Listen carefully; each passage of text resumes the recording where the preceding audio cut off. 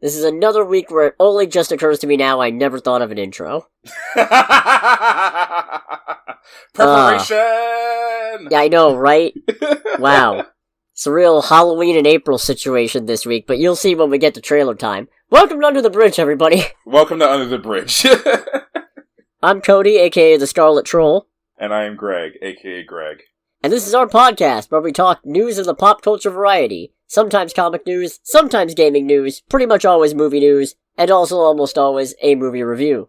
Yes, indeed. And I have no comic or gaming news this week. It's all movie stuff. I mean, I don't either. I mean, anything I would have would be the gaming news. I rely on you for the comic stuff, so... Yeah, and I've been busy. Yes. Ultimate X-Men #2 comes out this week. I'm excited for that. Oh boy, is the first one any good? Yeah, no, I mean, it's actually a little more horror than anything else. Okay. Yeah. Anyways, that's neither here nor there. That's not news. Fair. You like Dune, right? I haven't watched either of them. You saw part 2. Dune? Yeah, weren't you there for that? No. Oh, wait, was that just me? Yeah, because I couldn't make it. Oh, God. Yeah, I couldn't make it, and it was also a thing of, I haven't seen the first one, so I feel like I'd be missing out if I just go and see the second one. Greg, I think I might have to get, like, an MRI or something. Yeah. What's wrong with my memory? Oh, man. Well, we're getting another one officially. I thought that was already confirmed. Not officially. Okay. All we knew is that the director said if he did another one, that would be his last one. Alright. So apparently this will be his last one, because Legendary and Warner Brothers are teaming up again on Dune Messiah. Alrighty. So that's a neat thing. Yeah, you know, this was on my list because I forgot that you hadn't seen Dune. There's a little baby bit of a note in that they're making a 5th Matrix movie, but I haven't seen any of those, so... Yeah, I need to fix that. I know I absolutely need to see the first movie. I've always been told that the first Matrix, for sure, watch. The other ones, you can kind of take them or leave them as you see fit. And then apparently the 4th one is garbage. Well, that kind of dampened all my sequel plans. Yeah, just a tad. I'm gonna have to bleep myself on this next one, because I wanted to wait until we were 5 minutes in, but I really thought we'd get more out of the Dune discourse than this. Fair. So, no, that's my fault. I forgot. No, you're good. So, let me be the first, well, okay, not the first, but let me be the first one on this channel to say, get Nelson Peltz. Get Nelson. Woo! I really shouldn't be cheering because it doesn't matter because it's just billionaires versus billionaires on the fate of a multi-billion-dollar company, but he's an idiot. He is a bit of a moron. Because let me tell you something, when you fully admit that you don't have experience in media, and then you turn around and say, also I question the record of the guy who made the second most profitable movie of all time that only came out 5 years ago, because a couple of these things haven't been doing so well in a post-COVID landscape, and also one of them was during an actor's strike. Mm-hmm. Boo-hoo. Woe is me. I only pulled down half as many billions this year. Right. Something must be done. Anyways, he lost the board proxy fight. Good.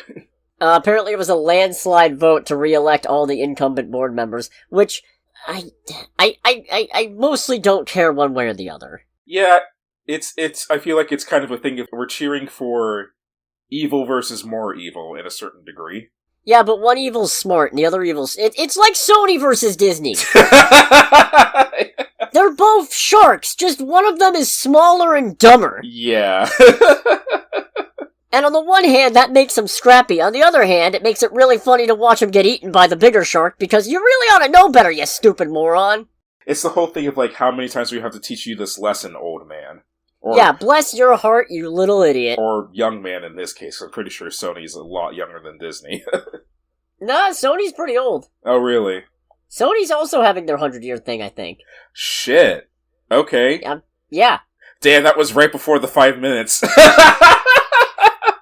I mean, I don't have to bleep that, I don't think. I don't know. Okay. I'm a little concerned. I don't really fully know where the line is.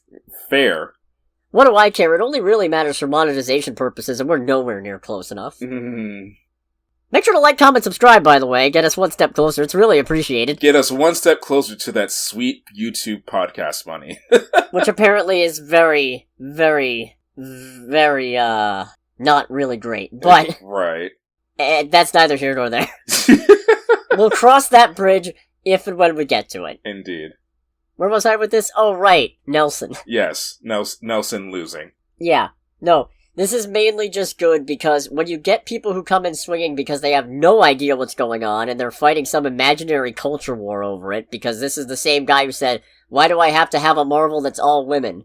Yeah. You haven't. It's not. It hasn't happened yet. Mm-hmm. You got one where the 3 leads were women, but not every person in that movie is a woman. Yeah. Nelson, you're an idiot. He's a bit of a dunce. And you know what? I'm going to call you that because the evidence is right there. Anyways, Bob Iger was talking to Vanity Fair and had something really fun to say about complaints that Disney is getting too woke. Oh boy. Yeah. So what he said was, infusing messaging as the sort of #1 priority in our films and TV shows is not what we're up to. They need to be entertaining. And look, where the Disney company can have a positive impact on the world, whether it's fostering acceptance and understanding of people of all different types, great. But, generally speaking, we need to be an entertainment-first company, and I've worked really hard to do that. Mm-hmm. Which, it's why it feels gross cheering about this, because Disney doesn't actually give a fuck about diversity or inclusiveness. They only do that because either A, they're obligated to, or B, because it's better optics and therefore gets them better money to reach a broader audience. Yes. That is the whole thing that motivates it. It's the dollar. It's always the dollar. It's why it's gross cheering about the fact that more billionaires get to keep being billionaires, but at least these billionaires are the kind of people who will make sure a movie like Black Panther happens. Because I really like that movie. Yes, and it's a really important movie. And the even funnier thing is, this is functionally, I know I mentioned this in the podcast before, but I'm gonna bring it up again anyway. This is almost, it's a little bit different, but it's very similar to a statement that Michael Eisner, former CEO of Disney, sent in an internal memo 40 goddamn years ago! Really? Yeah! No, his statement was, this again, 40 years ago. Mm-hmm. We have no obligation to make art, we have no obligation to make history, we have no obligation to make a statement. But to make money, it is often important to make history, to make art, or to make some significant statement. We must always make entertaining movies, and if we make entertaining movies, at times, we will reliably make art, history, a statement, or all 3. Yes. It's literally the same concept! Yeah. This is 40 years old at this point! Which, for reference, is also the 1980s. Ugh. Yeah. Disgusting. Quite. Anyways, I'm as glad about this as I can be. Yeah, as someone reasonably can be, because it's one of those things, it's a good thing that this person is not gonna have a chance here, if for no other reason due to their very narrow-minded tunnel vision and their own ineptitude with the project at hand. But it's still one of those things where in the back of your head you're just kind of like, but the greater optics are some millionaires being less asshole-ish than other millionaires, but still being assholes at the end of the day. Huh. We've had a bit of a release schedule shake-up, too. Oh boy. Nothing huge. At least, nothing huge and nothing on the Marvel side. So that's good. My heart can't take another Blade delay. Which means my heart's probably gonna give out later this year. Yeah, probably. It's just like, oh, you wanted that Blade to come out in a timely manner? Psych! We only announced it 5 years ago. Yeah, oh my god, has it been 5 years? Yeah. Jeez, and it's supposed to come out in 2027?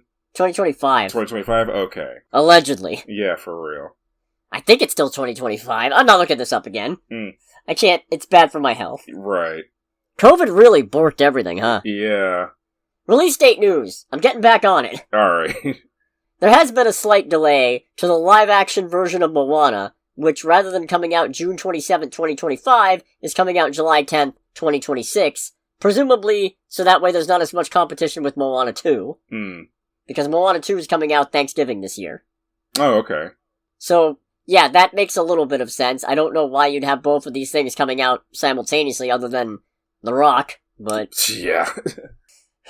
We now have release dates for Toy Story 5 and Tron Ares. Why is there a Toy Story 5? I don't know, but we're getting one June 19th, 2026. Okay. And then Tron Ares on October 10th, 2025. So only a year and a half until I have to grapple with do I want to see this Tron movie, or is Jared Leto putting me off of it? Sorry, Jared Leto is in this. He's the star. Oh, that's a bit of a problem. Yeah. You know those Star Wars movies that didn't have dates? Yes. Well, now one of them does. Oh boy. Well, okay, they had dates, but they didn't have titles. Wow, I'm all over the place tonight. Anyways, we now have a title for one of them. Alrighty. The May 22nd, 2026 Star Wars movie is The Mandalorian and Grogu. Oh, so that's gonna be a movie, though. It's not another season or anything like that. Okay. No, we already knew that movie was coming, we just didn't have a date for it, and now we know it's that May 22nd, 2026 release date. Assuming they don't do more shuffling. Okay. I was trying to figure out if this is the first one of the bunch. Mm-hmm. The new bunch of dates that they gave. But there's been so many updates at this point that I'm kind of losing track. Fair. I'm going to assume that's the first one, since it's the one that we actually know, but who knows. And then in a little bit of exciting news that probably only I care about, horror comedy Night Bitch about a woman who believes she's turning into a dog, starring Amy Adams, gets a limited release December 6th this year. Nah, can you can you run that by me once more?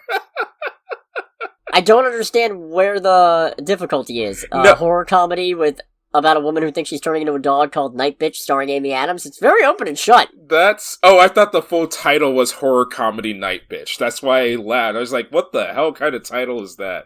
No, the title's just Night Bitch. Okay, which is still a hell of a title. Oh yeah, it is.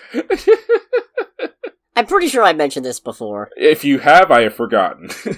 Yeah, that's fair. I talk about a lot of shit. Jesus Christ, that's something.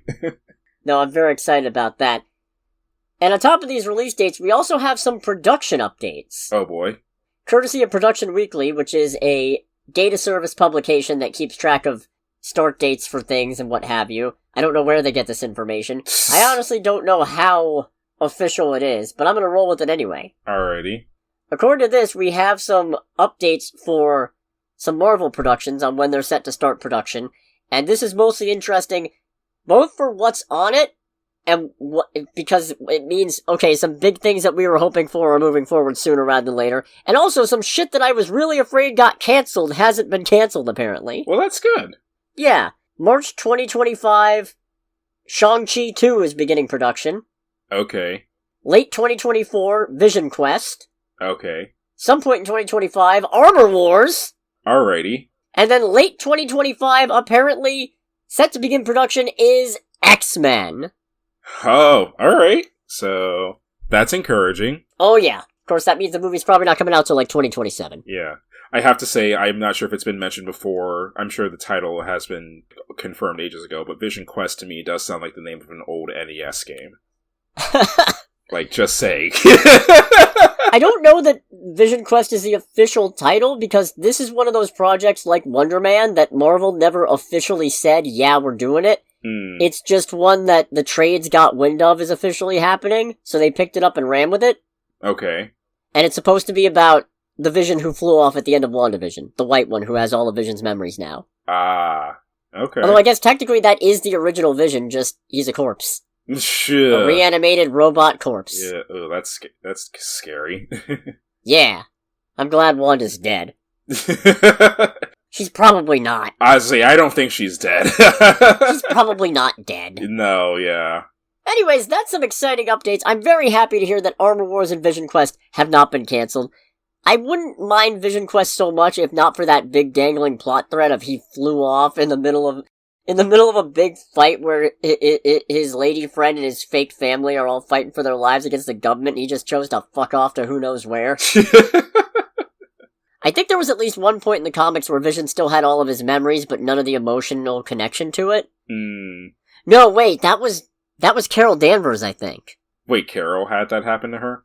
Yeah, Rogue stole all of her memories or something of the such, and Professor X got her memories back, but because she was getting them secondhand, none of the emotional attachment was there. Oh, that blows. Yeah, I might be mixing up Carol Danvers and Vision, but... Fair. That sounds like that sucks. As the average hate-grifting YouTuber would say, well, I mean, can't tell the difference between Carol Danvers and a robot, can you? Oh, Christ. Right. That's why I used my stupid voice. It's a stupid statement. Hmm. But I knew somebody was going to say it. Yeah, I mean, someone will inevitably will. Who am I kidding? Looking at you, Nelson. This is my new nemesis. Oh, has he replaced, why am I blanking on this idiot's name? Warner Brothers. Oh, the old Zazzle Dazzle? Yeah, has he replaced David Zaslav? Or is it... Oh, that's a good question. I have quite a few nemesis, come to think of it. The fucked Willie Nelson versus the Zazzle Dazzle. Willie Nelson? So now I have a problem with Willie Nelson, do I? Huh. I'm glad I have you to keep track of all my nemesis. I didn't even realize. I'm gonna pencil this in right between Zaslav and Zack Snyder. Zack Snyder's kind of fallen off my nemesis list, if I'm being honest. That's fair. This is what I'm here for. I am here to be the secretary for Cody's hate Hollywood list. Yeah. No, Snyder's kind of fallen off. It's more his fan base that's the problem, and while he definitely encouraged some of their stupider shit to get the Snyder Cut made. Right. I mean, some of his takes are just some of the most cynical fucking what. So, you know... Is he still on this list? So... You thought he was gone, and then he came right back! He's a soft on my nemesis list. I say nemesis like any of them know I exist. I have come not to kill you. Like something, I don't know, something from Powerpuff No, Girls. I just don't like his movies. Are you kidding me? No, of course not, but it's like... You know what, actually, I'm gonna move Zack Snyder down off the list because he hasn't directly harmed anybody. No.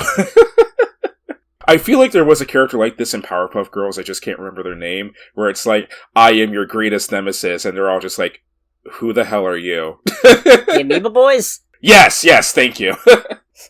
Oh, that's a throwback. Just, anyways, in case anyone wants an idea of how old we are. Yeah. Anyways, I got one more bit of Marvel news, which is that apparently Marvel has cast their Silver Surfer. Oh boy. And it's Julia Garner. Okay. I'm not familiar with most of her work. Fair. I might not be familiar with any of it. Has there been a female Silver Surfer? Not as far as I know? Okay. Because, okay, the Silver Surfer is pretty exclusively Norrin Rad. Right. However, Julia Garner is apparently playing Shala Bal, who is Norrin's former love interest, the Empress of Zenla, who he gave up the chance to be with when Galactus started attacking the planet, and Surfer agreed to be his herald, and then became the Silver Surfer. But Silver Surfer isn't really a legacy thing. Like, Galactus has had other heralds, like Terrax, the Truly Enlightened or something, I think was his name, and also Firelord, who Spider-Man once beat up. Okay. I'm pretty sure he was still Power Cosmic empowered, too, at the time, and Spider-Man beat the shit out of him. He was freaking out about it, too. Spidey, I mean. He was like, oh god, this guy's gonna kill me. And then he just starts fucking beating the shit out of him in a panic. Yeah, he's like, he's gonna kill me. I'm gonna kick some ass. I ain't going out like that. Yes. And he didn't. No, but as you can imagine, the usual suspects are very upset about this. Oh boy. Because I guess the Silver Surfer's now their favorite character. When it's convenient. They appear to have moved on. Yeah. Oh, we have a new convenient thing to hate on. Yeah. Okay, yeah, I don't think I've seen anything Julia Garner is in. Except, maybe, did I see that episode of Robot Chicken? Which episode is that? Doesn't matter. I say, definitely don't try and get me on Robot Chicken or anything like that. Let's see. Yeah, I have not seen a single one of those movies. Nope. And I, who am I kidding? I don't watch TV. The only time I watch TV is to watch racing. Now, this is fueling speculation that the Fantastic Four movie is actually not set in the main MCU universe. It's now believed, based on some of the aesthetics and based on this casting too, that the Fantastic Four are going to originate in another universe entirely, and then dimension hop over to the main MCU either over the course of their movie or when Secret Wars happens. And presumably that would mean that when Secret Wars is done, there's going to be some kind of big joined Earth universe that's got all the characters, like mutants will have already existed. And I'm gonna be honest, I fucking hate that. Yeah, as I say, it's like, oh boy, what we always wanted. The Ultimate Universe is leaking into the movies. It's not even about the Ultimate Universe, it's just, it feels like such a fucking mess. It feels so unnecessary to be like, oh yeah, there wasn't a Fantastic Four or an X-Men, but now that we've smashed a bunch of different Earths together like action figures going, now Keith! All of a sudden they've always existed. Because it feels like that throws a lot of the it's gonna have to throw a lot of the previous MCU continuity out. Mm-hmm. It feels like it's probably an easy way for them to recast Steve Rogers and Tony Stark, which, don't get me wrong, I want to see them back eventually, but not yet. And not like that. Certainly not. Do a full reboot if you're gonna do that. Yeah. Which they won't do because they've got too much really good talent already attached to play roles that are in the middle of their journey to throw it all away on a total reboot. Yeah. But on the flip side, this is DC shit. This is what DC does, okay? DC is the one who is constantly rebooting their shit and making it impossible to follow every 10 years. Part of the appeal of Marvel is that they've had this one long-going continuity thing since the fucking 60s. Right. So, and I'm sure it'll be fine, ultimately, but it's a frustrating thing that I feel like misses some of the identity of the Marvel Universe, and also, it feels unnecessary. And just, I don't want to know what Synergy is gonna do to that. Cause, that's part of why I have a really hard time getting into DC. I know ultimately what's canon and what doesn't matter. Mm-hmm. Because it's all fucking made up anyway. But there is something about watching a run get cut short because of the fact that there's a big reboot coming and knowing it's never going to be picked back up again. Even now that everything is canon in DC or something, I don't even know where they are anymore with this shit. But what I do know is there was a really interesting Justice League run leading up to the New 52. Right. Including Dick Grayson as Batman.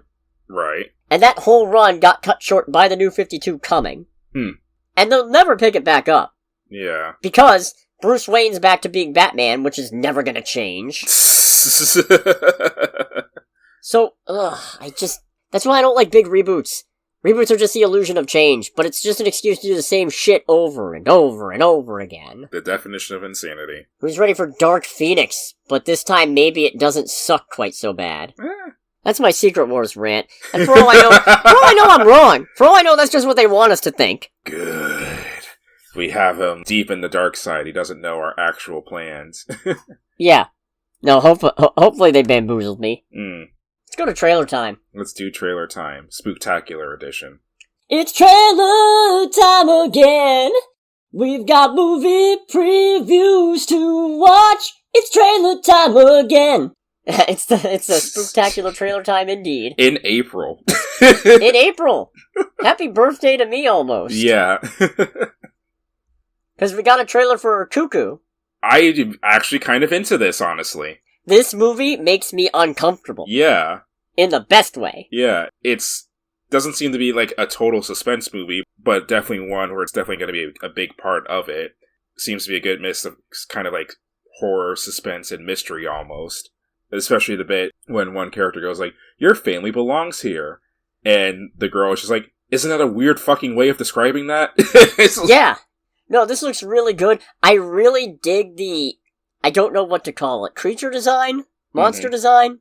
Because so far in the trailers it's always been kind of out of focus, and it's still mostly human, but it looks just wrong enough. Yeah. To be extremely off-putting. Yeah. I like that. I like that a lot. In any movie like this, the monster/creature design isn't everything, but it counts for a lot. It is a big part of it, indeed. And this scares me to look at. Yeah. So much so that I actually kind of dread when I'm gonna have to look at it in the movie. Right. Yeah, I probably should have started with the one that we didn't really have much to say on, because, well, I have thoughts. There was also a trailer for Maxxxine. Yes, which I'm gonna call horror adjacent. I mean, it's a slasher. Probably. Because the other two are slashers. Oh, that's right. No, X even made, I think it was either an honorable mention or it was at the very bottom of my favorite movies in 2022. I know it was tied with Men. I remember that. Okay. But X is really good. I liked what I saw of Pearl, which I still haven't finished because when I was watching it, my niece got home, and since she is but a toddler, I was not able to continue the slasher movie at that time. Yeah, it's like, yeah, you don't need to see, I'm going to assume, the blood and guts in this as a 3-year-old. It was just starting to gear up, too. That was the worst part. Aww. And I was just like, okay, yep, nope, stop. So that got an honorable mention, at least. There's also a trailer for Bambi the Reckoning. Which, I don't know how I feel about this, because it's like, on one hand, it looks... God, I almost want to say it looks better, but it's also really aggressive CGI. Yeah, I mean, it's hard to tell that it looks better just from that little bit. Yeah. Especially since we only really see the deer in silhouette. True. For 20 seconds. But deer are pretty terrifying. Deer are pretty terrifying. I was very upset with myself when the bit at the very end where Bambi, I'm assuming that's Bambi, just comes out of nowhere and flips the car over. Because even though, once again, it's aggressive CGI, it's like, oh, that was actually a little cool. No! That's where they get you. Bad Greg. That's where they get you. It's really funny because the farther away from Blood and Honey 2 we get, and I know it's only been a week, but the farther away we get, the more I'm like, yeah, this is gonna slide very far down my list, probably. Oh, yeah. Like, I like it right now in the moment, but eventually I'll probably just decide, nah, this was... As more actually good stuff comes out this year, it's really gonna slide down as I reevaluate and go, I mean, it's not that it's a bad execution of this terrible idea. Right. But... Well, I mean, it could be, but that still wouldn't exactly take away from it, because it definitely seems like the bad execution is part of the appeal. It's like the people who make YouTube videos about their exotic cars, and it's just like shaky cam all the time. It's like, the ghetto-ass filming method is part of the appeal. I'll take your word for it. Yeah, I mean, people like it. I'm not personally crazy about it, except if it's like regular car reviews. So no, this... I'm gonna go out on a limb and guess that the hunter who says, yeah, I shot a deer once, is the guy who killed Bambi's mom. Oh, I didn't think about that. Really? No, not really. Because I'm not taking this movie franchise seriously, dude. Fair. Yeah, it's like, this is the franchise that gave us Blood and Honey, is having the Winnie the Pooh cinematic horror universe. It's called Twisted Childhood Universe, thank you. No. Would you rather I call it the Pooniverse? I mean, either way, it's just a no, regardless. It's like because I don't. I mean, yeah, I don't either. I don't know. It's like the people who say it's like, no, it's X, and I was like, shut the hell up.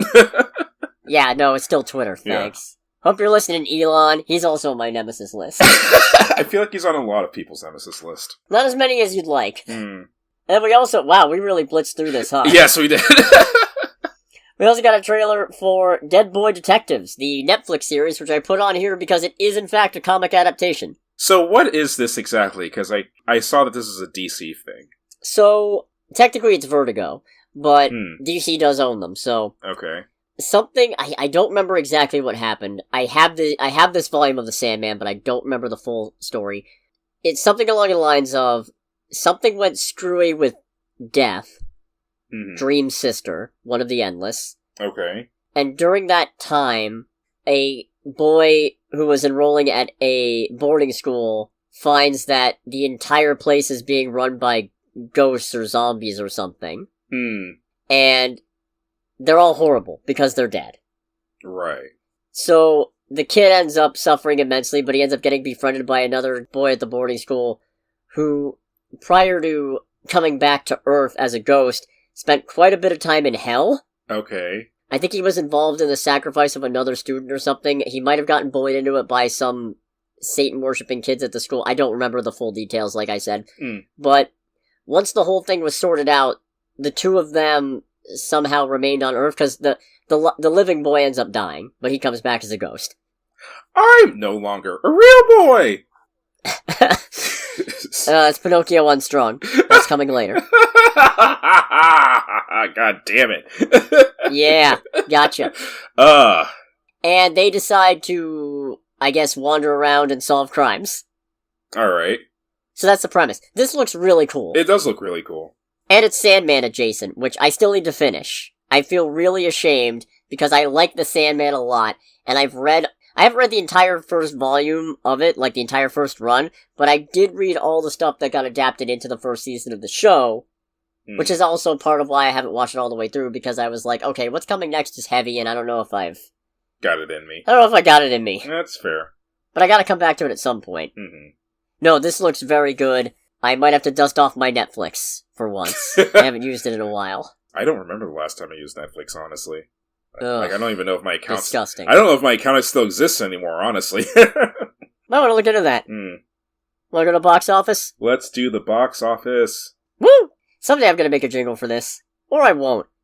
I've shortened this segment quite a bit. Yeah, I mean, I have an ideal of, like, a song that you can... It's unfortunately a real song, so you might not be able to, but a song that you can maybe cut up a little bit. I just imagine, like, composing a full, like, 3-minute intro for this segment that's 1 minute long. It's like, getting our money's worth out of it, but it's triple the getting our money's worth, I say. I paid for this song, I'm gonna use it.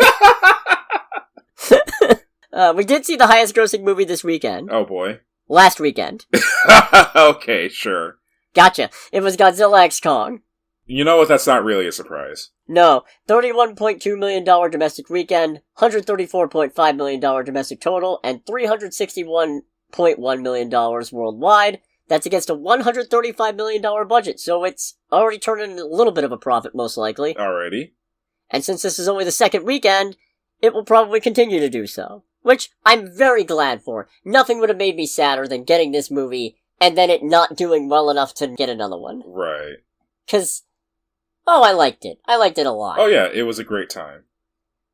But I'm also happy to say second place was the movie we saw this weekend, Monkey Man. Yay! $10.1 million domestic weekend and total for a $12.6 million worldwide total. And get this, $10 million budget. Really?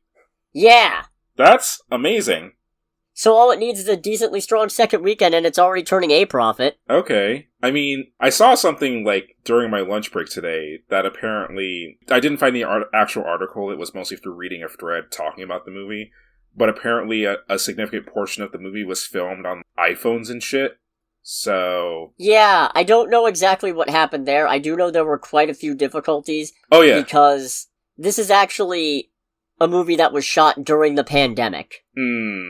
So, it was supposed to shoot in India in early 2020, but because of pandemic complications, they shot it in Indonesia instead, and I think there might have been some difficulties, probably COVID-related, securing the equipment they needed. Yeah. Or potentially getting it on site, so they had to use iPhone cameras for a lot of it. Yeah, apparently there was also a thing, I saw, like, I guess Dave Patel, like, either hurt his hand or broke his hand or something at some point during filming. In the first action sequence. Oh, no kidding. Yeah. The first one they filmed. Oh, nice. Which kind of, like, goes into the whole thing of, like, yep, I'm the main character in my movie, and like my main character, this kinda hurts. I must suffer for my art, and you know what? I respect it. Yes, boy, I hope your hand's okay, first and foremost. Boy, did he suffer for his art. Yeah. No, apparently they had to stage a lot of the other combat to favor the side that wasn't broken as a result of that. Oh, okay. Which I didn't even really notice. I definitely noticed some of the shaky cam, but... Yeah, there was a lot of shaky cam. The point is, you know what? I just realized I launched a no explanation. I like this movie a lot. Yes. Monkey Man. Yeah, this movie was a good time. I remember leading up to this, it's like, this is Indian John Wick and all that, and it's like, it's real, thinking about it more, it's not, it's like, this seems to be more Indian action movie by way of Kill Bill, even though I haven't really watched any of the Kill Bill movies, which I do need to fix. That's a comparison to make when you haven't seen it. Yeah. Well, Kill Bill, from what I understand, is less focused on guns and more so on, like, hand-to-hand combat, and That's fair. And I would definitely say, this movie has some creative hand-to-hand kills. Oh yeah, it does. So this movie is directed by, co-written by, and starring Dev Patel, but he only intended for 2 of those things. Oh, really? Yeah, he was going to star in it, and he co-wrote it, but he wanted to get somebody else to direct, initially. Oh, okay. He actually tried to get Neil Blomkamp to direct it. But Blomkamp turned it down and suggested Patel direct it, so he did. I feel like that's kind of a compliment. I don't know how the conversation went, but it's like, yeah, I can't direct it. You should do it. It's like, I've never done this before. You should do it. It'll be great. No, go have fun. Yeah. Break your hand. It'll be fine. Isn't it break a leg? Break a leg. And a hand. And hand. Or break your leg but not your hand. Whichever you prefer. You do you. Yeah. It's your movie. Or don't. It's your movie. Direct it the way you need it. J.G. Wentworth. This is a really interesting directorial debut, especially as an action movie. Mhm. Because, as you say, it was sort of billed as a John Wick in Mumbai kind of thing, but it's got a lot... I feel like I can't say this without insulting John Wick, and I do not mean to do that. Yes. But this feels like it's got a little more going on in terms of symbolism and themes. I would say that. Certainly, in terms of cultural mythology, it's a little more vibrant and accurate than John Wick, because, let's just say, that Baba Yaga is not the boogeyman. No. I would say, if you take all the things that are talked about in this movie in terms of, like, themes and culture, character development, history and whatnot, I would absolutely say, as much as I absolutely adore the John Wick movies, this movie absolutely has a lot more depth than John Wick does. Right, and John Wick still has a lot of character depth and a lot of resonance. It's still a damn good movie, and I cannot stress that enough. Yeah. I am not dunking on John Wick. I'm just saying that in these specific areas, Monkey Man feels better. Yeah, absolutely. But there are things John Wick is also better at, like gunplay. Yes. You go to John Wick movies for the ridiculous gunplay and gun porn. And also some good hand-to-hand combat. Yeah. But anyways, the premise of this movie, such as it is that our protagonist, who apparently is just called Kid, is embarking on a revenge quest against a spiritual guru, Baba Shakti, and Rana Singh, a corrupt police chief who burned down his village as a kid, and also the police chief killed his mom. Right. So, he embarks on a revenge scheme, and since we have described this as John Wick adjacent, you might think it goes smoother than it does. Yeah, it's not. It does not go smoothly. No, it does not go smoothly in the slightest. I'm honestly surprised. I did not key into how this movie was going to go based on the trailers. Mm-hmm. I thought it was going to be much more sort of one and done kind of thing. Yeah, no. But instead, there's ebbs and flows to the action. Yeah, there's ebbs and flows, and a lot of it is helped by our main character is going on a revenge tour, while also very immediately being completely over his head on what he's doing. I don't think immediately. There's a point where you realize, and I'm not going to say what it is because obviously that's a spoiler, but there was a point up until then where I thought, oh, he's got it all together. And then he fumbled the bag, and I went, oh. Oh, no. Never mind. Yeah, no, it's like he doesn't have it all together. No, it was an impressive plan, actually, that you got this far. Yeah, honestly. I thought you had this on lock. Wow, okay. It's like, yeah, no, it's impressive that you got this far without something going horribly wrong, and then something goes wrong. Now, another interesting thing about the production of this movie, it was originally acquired by Netflix. They bought the worldwide rights to it for $30 million. But then Netflix became concerned that an Indian audience wouldn't react well to the political commentary, because, and I'm not really equipped to go deep into this, but it's my understanding that this movie is something of a brutal evisceration of India's current Prime Minister, was it? I believe so. But it is definitely... Yeah, since 2014. Yeah. Okay, yeah, he's the current Prime Minister. The movie is definitely a evisceration of India's current Prime Minister and apparently just how things are going within Indian politics at the moment. So, Netflix kind of chickened out. Yeah.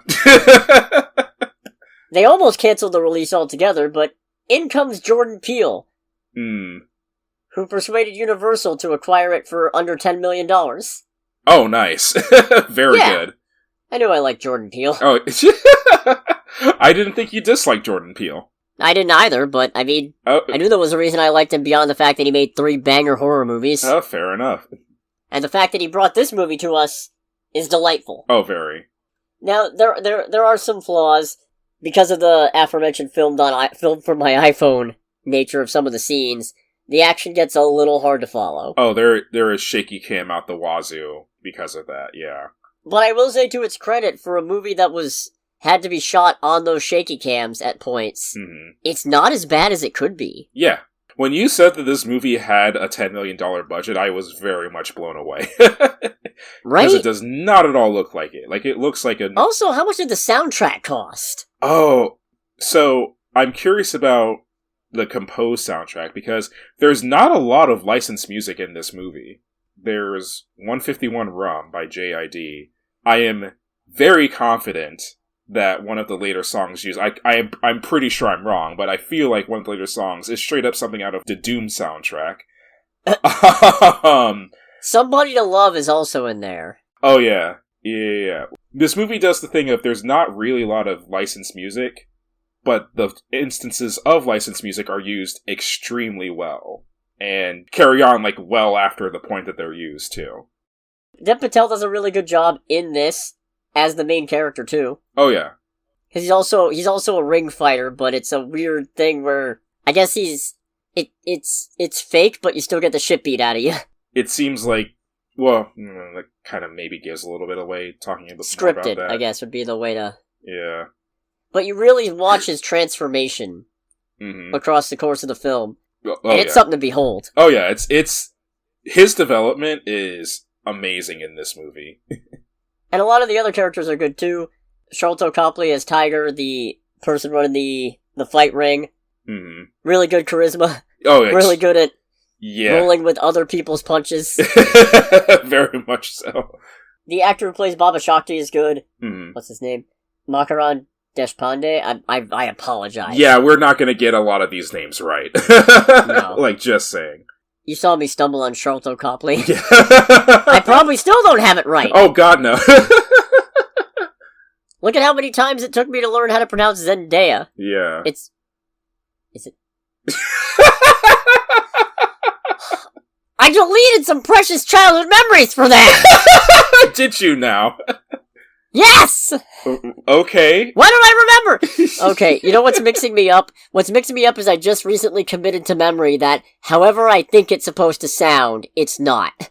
However it sounds, it's the opposite. Yeah, but now that I'm acclimating to that, I'm starting to remember the correct pronunciation and then second guess that. Nice. Dang it.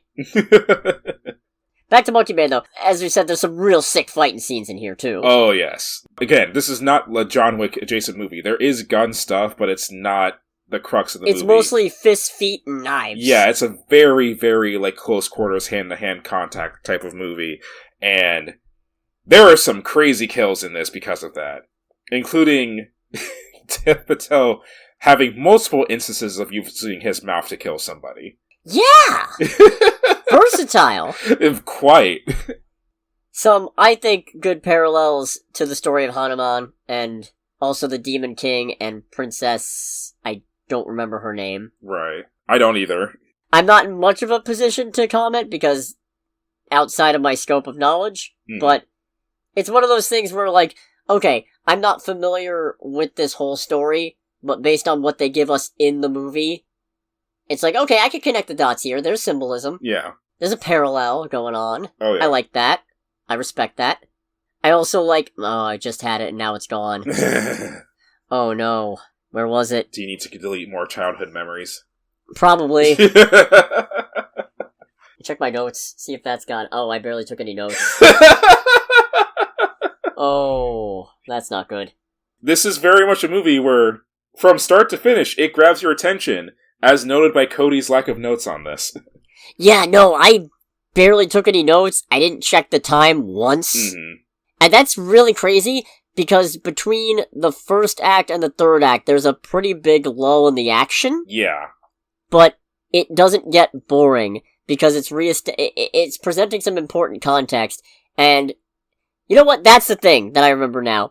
One thing I like about this movie is it repeats a lot of shots and a lot of imagery, but it does it in a way that doesn't feel like a drag, or like it's padding, or like it's a waste of time. It feels like every time you see...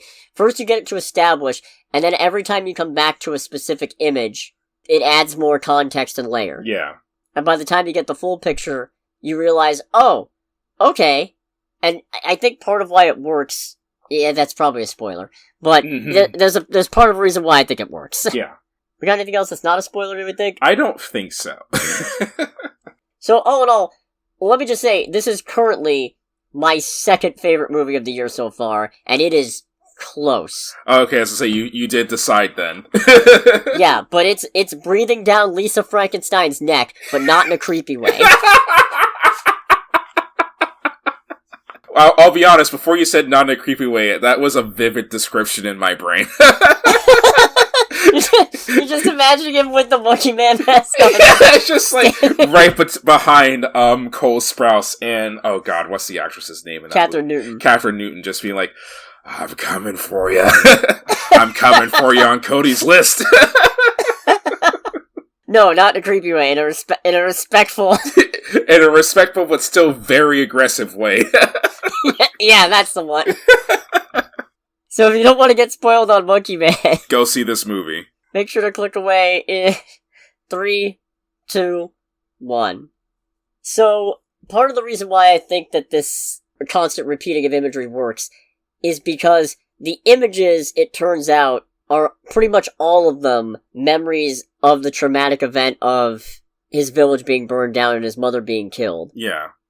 Pretty much all the ones that we see that are repeating that are just brief flashes are in some way a memory of that night.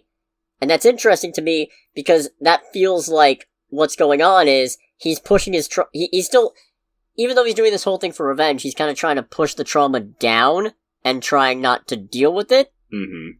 Which is why after he gets his ass kicked and goes to lick his wounds in the second act of the movie, processing the trauma is what makes him better at it. And that's kind of when it stops doing the repeat. Yeah.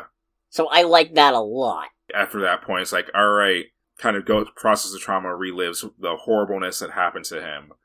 But in that, it's like, because one of the constant talking point with Kid is not just getting revenge, but fighting for who he is and whatnot.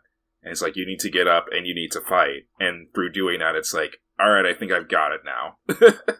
Yeah, that was really good. So, I like that the first act of the movie, pretty much, is him working his way into the staff of the building where this police chief hangs out all the time. Yeah.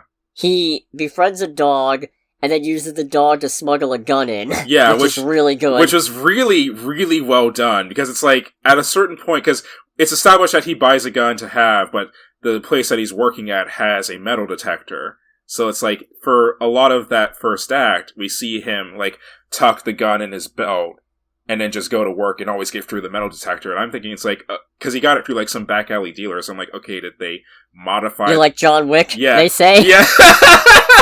It was like one of the best things in the movie, because it's also, I feel like when he says that, he's like, he's got John Wick's pistol and is showing it to Kid, and it's like, this is a nod to John Wick, but also a thing to say, this is not that kind of movie at the same time. Yeah, because he just gets a smaller gun that's designed for use close up. Yeah. So he starts befriending this dog, and I'm quite pleased with myself, because I did clue into it as he's feeding the dog and going through the metal detector. I was like, the dog, he's gonna use the dog to get the gun in somehow. Yeah, and it's like, oh, that's actually pretty smart, and kind of creative, honestly. Because, again, I'm like, how is he constantly getting into work? He always comes with his gun, and then he shows the dog just in a really good, kind of a long-form single shot, I want to say. Jumping through the little obstacle course with the gun covered up in his mouth. Yeah. What a good dog. Who's a good doggo? Who's bringing my illegal piece to me? Good. So I can kill this man who killed my family. A good boy with the heat. Dog comes through. Look out, he's got a gun! So he gets up to the penthouse as a guy handing out drugs. Mm-hmm. I don't know what you would call that. I don't know, a drug butler or something like that. A drug butler. You know what? We're gonna keep that. That's the term from now on. The drug butler. The drug butler cometh. No relation to Gerard Butler. Or Austin Butler. Anyways, he cuts one vial with powdered bleach and gives that one to the police captain, so the police captain has to go to the bathroom to deal with his nosebleed. Mm-hmm. And I was just like, oh, that's awful. That's just mean. No, deserved. Very deserved, don't get me wrong. But he's a real prick. Yeah, he's like extremely deserved, but when you clued in on that, it's just like, oh, that's extremely well deserved, because this guy's a monumental dick waffle. But damn, that's brutal. So then he confronts him in the bathroom, pulls out the gun, tries to do a whole Inigo Montoya, you killed my father, prepare to die thing. Yeah. Only to hesitate, and as he does that, somebody else emerges from the stall Yeah. and distracts him, and then a fight breaks out. Yeah, just gets the shit beaten out of him initially. Yeah, which is really funny. And it's also, yeah, I might have shot him and then said. Yeah. That's on the evil overlord list, man. I know you're not an evil overlord, I know you're a heroic avenger, but there's still some good stuff on that list. For example, there is one rule that I've pretty much committed to memory, which is, when I've got the hero at gunpoint and he asks, look, before you kill me, can you at least tell me what this is all about? I'll say no, and shoot him. Yeah. Actually, I'll shoot him, then say no. Yeah. Either way, as long as they're out quickly, it's like, alright, the faster they're out, the less I have to deal with. Another great one is, at no point will I ever say, yes, I did it, but you'll never prove it to that old fool. Chances are that old fool is standing behind the curtain. Right. This isn't about the evil overlord list, though. So, a big chase scene breaks out. He tries to jump through a window, fails because it's at the top part of a skyscraper, so it's shatterproof glass. Yeah. Or at least shatter-resistant. I don't know which one's tougher. And it's the thing of like, oh, you can see him like thinking about it, it's like, oh, we're gonna go for it. We're gonna do the whole action movie thing. Hits it with his shoulder and just thud, blood splatter on the window and just falls to the ground. It's like... unpleasant. It's like very unpleasant, but very funny. I knew it was coming from the trailer too, but it was still a damn good moment in the moment. Oh yeah. Car chase happens. Mm-hmm. A little hard to follow at points. Very hectic car chase in a heavily modified tuk-tuk, which is just one of the strangest vehicles I've ever seen get involved in a chase, but hey, it works. And this thing's got fucking nitro in it. Yeah, it's like, when he hit the nitro, it's just Get like, turbo. I'm like, no, there's no way. That would absolutely destroy the engine of that little thing, because it's basically powered by a motorcycle engine. Oh. Yeah. Oh no. Oh, yes indeed. I mean, granted, people putting nitrous on motorcycles isn't new. Like, I think it's done in, like, professional drag racing. But it's like, yeah, those are bikes with motors built to withstand that, not whatever the hell this thing has. Oh dear. So, he ends up not... Well, okay, he kinda gets away. Mm-hmm. In that he falls in a river. Yeah, after getting shot. After getting shot. Yeah, it's amazing he didn't die of infection after that. And he gets found by a marginalized transgender community living in a temple, who proceed to help him out. And that is where he relives the past trauma by ingesting some kind of hallucinogen, I think. And gets over it. Becomes a better fighter by basically, working out to Taiko Drum Master. Which is honestly pretty sick. No, I like it a lot. Yeah, because it's the whole thing of when he first starts trying to train, he's just putting all of his force into it. And then through Taiko Drum Master, he's just like, nope, you gotta kind of pace it. Be more paceful, be more thoughtful in what you do. And it was honestly a really cool scene. It really was. And also, I didn't make a note of this, but I did have the thought in my head, yeah, that's how I keep my movie brain exercised every day. I wake up and I punch my copy of Fantastic Four 2015. It's still alive somehow. To the sound of the drums. No. No, actually, I play the movie and punch the case. Just exposition. So he takes another stab at invading this big swank... Is it a hotel? It's a hotel. We'll go with hotel. I'm pretty sure it's a hotel. So he invades this big swank hotel again. Manages to make it all the way up to the, really fancy spot. I don't know if it's the exact penthouse, but it's a really fancy dining room up top. Yeah. Starts firing off fucking rockets. Yeah, like he actually brings firework rockets. And he shoots a firework directly into, like, a dude's head. Oh! Before all that happens, though, there's a sick elevator fight concluding with him forcibly putting a knife through a bad guy's neck with his mouth. Yeah, he bites down on the hilt of the knife. Yeah. And drives it in. And then you just see the blood splatter on half of his face. I'm just like, oh! Oh, damn! You know what? I wonder how much of that, how much of him having to bite people or use his mouth for stuff is because of the hand injury. That's a good point, actually. I imagine some of it was probably a case of, okay, the way this is staged, we literally can't do this except with your broken hand. What if I use my mouth? That'll work. Yeah, and from that comes some of the most metal as fuck kills I've ever seen in any movie. Necessity is the mother of invention, as they say. Yes. And then it looks like he's surrounded by more goons, and who should bust in but a bunch of transgender ninjas? Yeah, like, it feels disingenuous to say that, but that's pretty much what happens. No. I'm sure there's a proper term, and I apologize for my cultural ignorance, but that's the closest approximation I can come up with, and I mean it in a purely badass sense. Because holy shit. This is one of the greatest trans rights movies I've ever fucking seen. There's trans rights, and there's trans lefts being thrown everywhere, too. These hands are rated E for everybody in this fight. Hell yeah! Set beautifully to some Mick Gordon-ass heavy metal music, sounding like from, like, Doom 2016 or Doom Eternal. Oh, I was bouncing up and down in my seat with joy. When that started, and when the music started, especially, I was just like, let's fucking go.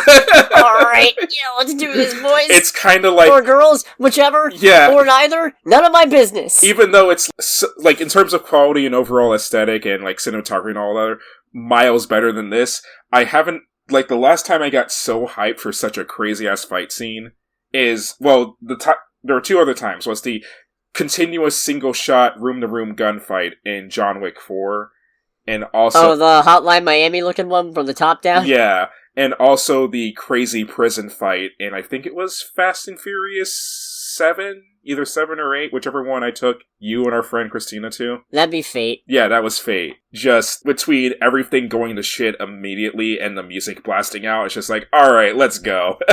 Was that the point where I walked out for a little bit? I think... No, I think it was after that. Or it might have been during that. I don't know. I'm still amazed... I must have just blanked it out of my memory. I'm still amazed I convinced both of you to go to that movie with me. I think the most amazing thing is that I saw that, having seen none of the others, and then came back for 9 and 10, yeah. and will probably come back for 11, and have watched 1, 2, and 3 since then, and will probably at some point watch 4, 5, 6, and 7. Well, in all honesty, you came back for 9 and 10 because at that point I had become disappointed with the franchise. It's like, good.